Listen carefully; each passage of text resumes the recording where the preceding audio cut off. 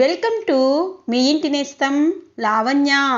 Upcoming రివ్యూలోకి వెళ్ళిపోదాం. విహారికి యమునమ్మ, చారుకేశ, పండు చెప్తూ ఉంటారు. ఈ ఇంటి వారసుడు క్షేమంగా బయటికి రావాలి అంటే ఖచ్చితంగా ఆ పరమశివుడికి 100 బిందెలు అభిషేకం జరిగితే క్షేమంగా మన చేతికి వస్తారని చెప్పారు. నువ్వు ఈ పరిస్థితిలో ఉంటే ఎలా అల్లుడు అని అంటారు చారుకేశ. మామయ్య, ఇప్పుడు నాకు అంతా బాగానే ఉంది, అలాగే రేపు రాబోయే బిడ్డ కోసం నేను ఏదైనా చేస్తాను అని చెప్పి ఇక విహారి యమునమ్మని, చారుకేశని, పండుని ఒప్పించి ఇక ఆ పరమశివుని గుడికి బయలుదేరుతారు. ఇక అంబిక అటువైపు వెళ్తూ, ఓ వారసుడు రావాలని విహారి బ్రతికి బట్ట కట్టి ఇప్పుడు ఖచ్చితంగా ఆ వారసుడిని కాపాడుకోవాలనుకుంటున్నారు. ఒకవేళ వారసుడే బాబు పుడితే ఈ అంబిక ఇక్కడే చంపేస్తుంది కదా. అందుకోసమే ఇప్పుడు నేను ఖచ్చితంగా ఇక్కడే కాపు కాస్తాను. విహారి, నీది తరువాత చూస్తాను. ఇప్పుడు సహస్రకి పుట్టబోయే మగబిడ్డ అయితే నా చేతిలో చచ్చిపోతాడు. అదే ఆడపిల్ల అయితే బ్రతికి బట్ట కడుతుంది. ఇక్కడే ఉండాలి అని అనుకుంటుంది అంబిక. ఇటువైపు లక్ష్మికి స్పృహ వస్తుంది. నొప్పులు మొదలవుతాయి. డాక్టర్ బామ్మగారికి చెప్తారు, మీ మనవరాలికి స్పృహ వచ్చింది. 7వ నెలలో ఖచ్చితంగా పాపా బాబు పుట్టినా పర్వాలేదు. ఒకవేళ కొంచెం ఏదైనా తేడా అయితే బాక్స్లో పెడతాము. సరే బామ్మగారు, మీరేమీ టెన్షన్ పడద్దు. తనకి బ్లడ్ అనేది లోపల ఉన్నా సరే డెలివరీ అయిపోతే అన్నీ సర్దుకుంటాయని డాక్టర్ చెప్పడంతో ఇక పాపం చాలా హ్యాపీగా ఫీల్ అవుతూ ఉంటుంది బామ్మగారు. ఇటువైపు పద్మాక్షి టెన్షన్ పడుతూ ఉంటుంది. ఇప్పుడు ఎలా? ఆ డాక్టర్ ఇచ్చిన మాటకి కట్టుబడుతుందా, లేకపోతే ఈ ప్రెగ్నెంట్ డ్రామాకి నేను ఎలా సమాధానం చెప్పను? ఇప్పుడు పురిటి నొప్పులని హాస్పిటల్కి తీసుకొచ్చాను. అటు యమునమ్మ, ఇటువైపు అంబిక అందరూ ఇదే హాస్పిటల్లో ఉన్నారు. ఎలాగో అని చెప్పి టెన్షన్ పడుతూ ఉన్న పద్మాక్షి దగ్గరికి అంబిక చేరుకుంటుంది. అక్క, ఎందుకు టెన్షన్ పడతావు? నీకు సహస్ర పుట్టినప్పుడు ఇలాంటి పరిస్థితే ఉంటుంది కదా, నువ్వు కొంచెం రెస్ట్ తీసుకో అని అంటుంది.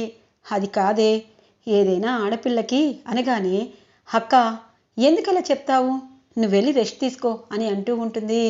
ఇక అంబికకి డౌట్ రాకుండా ఉండాలి. సరేవే, ఇద్దరం కలిసి టిఫిన్ చేద్దాం పదా అని చెప్పి ఇద్దరు కలిసి క్యాంటీన్కి వస్తూ ఉంటారు. ఇంతకీ యమున వాళ్ళు ఎక్కడికి వెళ్ళారు అనగానే సహస్రకి పుట్టబోయే బిడ్డ క్షేమంగా ఉండాలని స్వామీజీ చెప్పారంట కదా, అక్కడికి వెళ్ళారులే అనగానే పోనీలే, వాళ్ళు వెళ్ళిపోయారు. ఈ అంబిక కూడా వెళ్తే నేను డాక్టర్తో మాట్లాడి ఏదో ఒకలాగా ఈరోజు సహస్రకి 12 బాబు పుట్టేలా చేయాలి అని అనుకుంటుంది పద్మాక్షి. ఇక లక్ష్మికి నొప్పులు మొదలవుతూ ఉంటాయి. కరెక్ట్గా విహారి పరమశివుడికి అభిషేకం ప్రారంభిస్తూ ఉంటారు. ఇక చాలా కష్టంగా తనకి పొడిచినవి అన్నీ నొప్పులు వస్తున్నా విహారి మాత్రం అభిషేకాన్ని పూర్తి చేయకుండా ఒక్కొక్క బిందెని 101 సార్లు పరమశివునికి అభిషేకిస్తూ ఉంటారు. ఇటువైపు సహస్ర అటు బావ ఎలా ఉన్నాడో, ఇటువైపు నా ప్రెగ్నెంట్కి నేను ఎలా ముగింపు తెలపాలో తెలీదు అని చెప్పి ఆలోచిస్తూ ఉంటుంది సహస్ర. లక్ష్మికి సివియర్గా నొప్పులు రావడంతో మగబిడ్డని ప్రసవిస్తుంది. ఇక డాక్టర్ చాలా సంతోషపడుతూ ఉంటారు. అక్కడ విహారి 101 బిందెలు అభిషేకం చేసి ఇక హాస్పిటల్కి బయలుదేరుతారు. యమునమ్మ, విహారి, పండు, చారుకేశ హాస్పిటల్కి రావడంతో పద్మాక్షికి చెమటలు పడుతూ ఉంటాయి. డాక్టర్ వస్తారు. మేడం, అనుకున్నది అనుకున్నట్టు జరిగింది. ఇప్పుడు సహస్రకి డెలివరీ అయ్యిందని మీరు చెప్పండి, నేను బాబుని తీసుకొచ్చాను అని అంటుంది. ఎవరు ఆ బాబు తల్లి అనగానే ముందు వెళ్ళి మీ అమ్మాయికి నేను చెప్పినట్టు అనగానే ఇక సహస్ర రూమ్లోకి వస్తుంది. ఇక సహస్రకి నిజం చెప్పడంతో అమ్మ, అలా అయితే ఇప్పుడు ఈ దిండు తీసేయచ్చా అనగానే తీసేయడం కాదు, ఇప్పుడు నీకు డెలివరీ లాగా ఈ హాస్పిటల్లో ఉన్న పేషెంట్లా రెడీ చేస్తాను, ఇంకా సేపట్లో విహారీ వాళ్ళు వస్తారు అని చెప్పి అంటూ ఉంటుంది పద్మాక్షి. ఇక బాలింతలాగా మెడకి గుడ్డ కట్టి ఇక డెలివరీ అప్పుడే అయ్యేటట్టు చేసి ఇక మగబిడ్డని పుట్టేటట్టు ఇక డాక్టర్, నర్స్ అందరూ మాట్లాడుకున్నట్టే పద్మాక్షికి 12 మనవడు పుట్టాడని బయటికి చాలా సంతోషంగా చెప్తారు. కరెక్ట్గా అప్పుడే విహారి యమునమ్మ కూడా హాస్పిటల్కి రావడంతో ఇక పద్మాక్షి ఆనందానికి అవధులుండవు. యమున దగ్గరికి వచ్చి, యమున, మన సూర్యవంశపు వారసుడు పుట్టేశాడు, సహస్రకి 12 మగబిడ్డ పుట్టాడు అనగానే అంబిక ఒక్కసారిగా షాక్ అయిపోతుంది. ఇదేంటి, ఇంతలోనే నొప్పులు వస్తాయి కదా, కనీసం ఆపరేషన్కైనా టైం ఉంటుంది కదా, అక్క ఇప్పటిదాకా ఇక్కడే ఉందే అని చెప్పి, ఇదేంటి ఇలా వదిలేశాను, ఇప్పుడు వాడికి కొడుకు పుట్టేశాడు, ఇప్పుడు దాకా విహారీ ఆస్తి మీద హక్కు, బిజినెస్ మీద హక్కు ఉంది, ఇప్పుడు వాడి కొడుకు చా, అయినా ఇప్పుడే కదా పుట్టింది, నా చేతిలో కొన్ని గంటల్లో చస్తాడు అని అనుకుంటుంది అంబిక. ఇక యమున చాలా సంతోషపడుతూ, విహారీ నీకు కొడుకు పుట్టాడంట అనగానే, అమ్మా ఇప్పుడే వస్తాను అని చెప్పి వెళ్తూ ఉంటాడు. ఇదేంటి, వీడికి కొడుకు పుట్టాడన్నా బాధ లేదు, సంతోషం లేదు అనగానే, వాడు 101 బిందులు పోశాడు వదినా, అందుకే అలసిపోయి ఉంటాడేమో అనగానే, అవునా, సరే రావదినా అని చెప్పి ఇద్దరు సహస్ర రూమ్కి వస్తారు.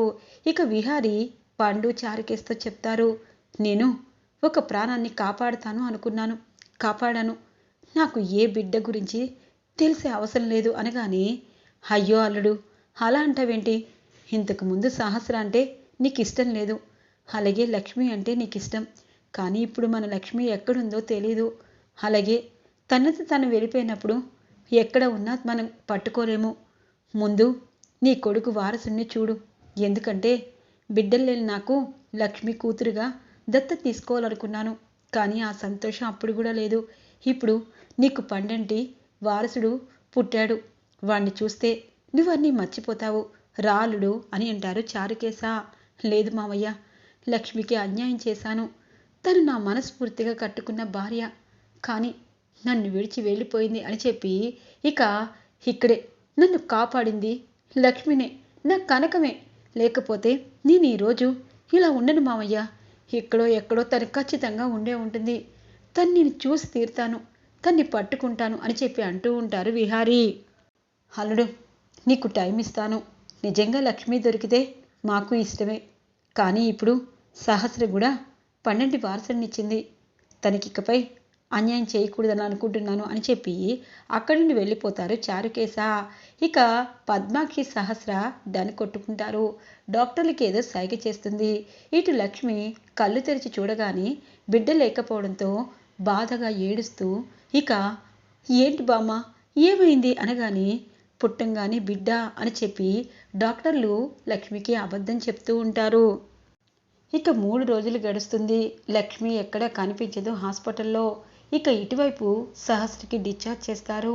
ఇక విహారీ సహస్ర ఇద్దరు జంటగా ఇక కుడికాలు పెట్టి సూర్యవంశానికి వారసుడు తెచ్చినందుకు, ఇక సూర్యవంశానికి ఒక వారసుడు పుట్టినందుకు అందరూ విహారీ సహస్రని ఘనంగా ఇంటిలోకి ఆహ్వానిస్తారు.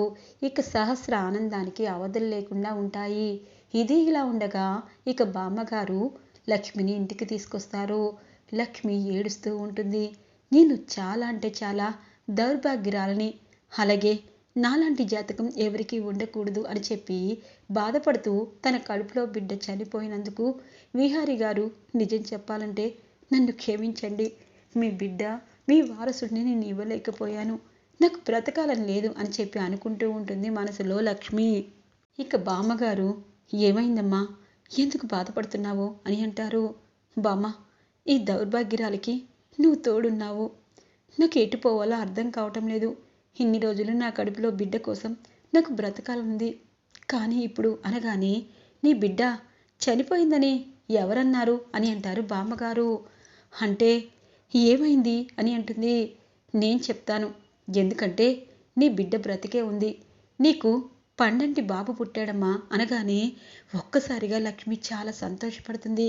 బామ్మ, మరేడి నా బాబు ఏడి, నా తండ్రి ఏడి అనగానే, బాబు పుట్టాడు, కానీ ఆ బాబుని చంపడానికి కొంతమంది వచ్చారమ్మా, నువ్వెవరూ ఏంటన్నది నాకు చెప్పకపోయినా నీ వెనకాల చాలా ప్రమాదకరమైన దుందని నాకు అర్థమైంది, అందుకే నేనే ఒక అమ్మాయి చెంతకి చేర్చాను, తను పక్కన పడుకోబెట్టాను, ఈలోపు డాక్టర్స్ వాళ్ళు ఎవరో కాదు హాస్పిటల్కి వచ్చారు, వాళ్ళ తరపు వాళ్ళే, మనం వెళ్ళి బాబుని తీసుకుందాము అని అంటుంది బామ్మగారు. అంటే ఇప్పుడు బాబుని వాళ్ళు ఇస్తారా అనగానే, ఎందుకు ఇవ్వరమ్మా, ఆ 3 రోజులు నిన్ను చంపాలని ఎన్నో పథకాలు రచించారు. నాకు అర్థమైంది. అందుకే బాబుని సేఫ్గా అక్కడ దాచాను. మనం వెళ్దాము, హాస్పిటల్లో వాళ్ళ అడ్రస్ ఇస్తారు, ఆమె పేరు కూడా ఏదో ఉంది అని అంటూ ఉంటుంది బామ్మ. ఇక యమునమ్మని గుర్తు చేసుకుంటూ, వాళ్ళ కుటుంబంలోనే బాబుని పంపించాను కాబట్టి వాళ్ళ ఇంటికి వెళ్తే ఖచ్చితంగా బాబు వస్తాడని ఇక బామ్మగారు లక్ష్మికి చెప్పడంతో, లక్ష్మి అలాగే బామ్మగారు కరెక్ట్గా ఇటువైపు విహారీ ఇంటికి బయలుదేరతారు. బామ్మ, ఏ ఇల్లు అనగానే, ఆ ఇల్లు అని చెప్తుంది ఇక బామ్మగారు. ఒక్కసారిగా లక్ష్మి షాక్ అవుతుంది. ఈ ఇంటికా అనగానే, అవునమ్మా, ఈ ఇంట్లో వాళ్ళు కూడా ప్రసవానికే వచ్చినట్టున్నారు. పాప అమ్మాయికి పుట్టలేదనుకుంటా, నేను బాబుని వేశాను అనగానే ఇక లక్ష్మి గుండె అక్కడే ముక్కలైపోతుంది. అంటే నాకు తెలియకుండా నా బిడ్డ నా ఇంటికి చేరాడా, ఆయన దగ్గరికి చేరాడా, కానీ ఇప్పుడు ఎలా అని చెప్పి ఆలోచిస్తూ ఉంటుంది. ఇంతలో పద్మాక్షి బయటికి వస్తుంది. లక్ష్మి బామ్మగారిని చూసి, ఏంటే ఎక్కడున్నావు, ఎప్పుడో మాయమైపోయిన నువ్వు ఇక్కడికి వచ్చావేంటి అనగానే, అమ్మా అది కాదు అనేలోపు, ఉండమ్మ సిరి, నేను చెప్తాను. అమ్మా, హాస్పిటల్లో ఒకటి జరిగింది అనగానే, ఏం జరిగింది? ఈ ఇంటికి సూర్యవంశానికి చెందిన వారసుడు పుట్టాడు. నా కూతురికి పండంటి బాబు పుట్టాడు. ఈరోజు 3వ రోజు. అందుకే మా ఇంట్లో నౌకర్లకి అందరికీ మేము ఘనంగా పట్టుబట్టలు పంచాలనుకుంటున్నాము. మీరు కూడా నించోండి. ఏయ్ లక్ష్మి, నువ్వు నించో అనగానే ఇక లక్ష్మి వైపు చూస్తుంది బామ్మగారు. ఒక్కసారిగా, నీ పేరు లక్ష్మీనా అమ్మా అనగానే, అది ఒకప్పుడు మా ఇంటి పని మనిషేలే, ఏంటే ఎన్ని రోజులకు కనిపించావు అని అంటుంది పద్మాక్షి. ఇక లక్ష్మికి ఏం చేయాలో అర్థం కాదు.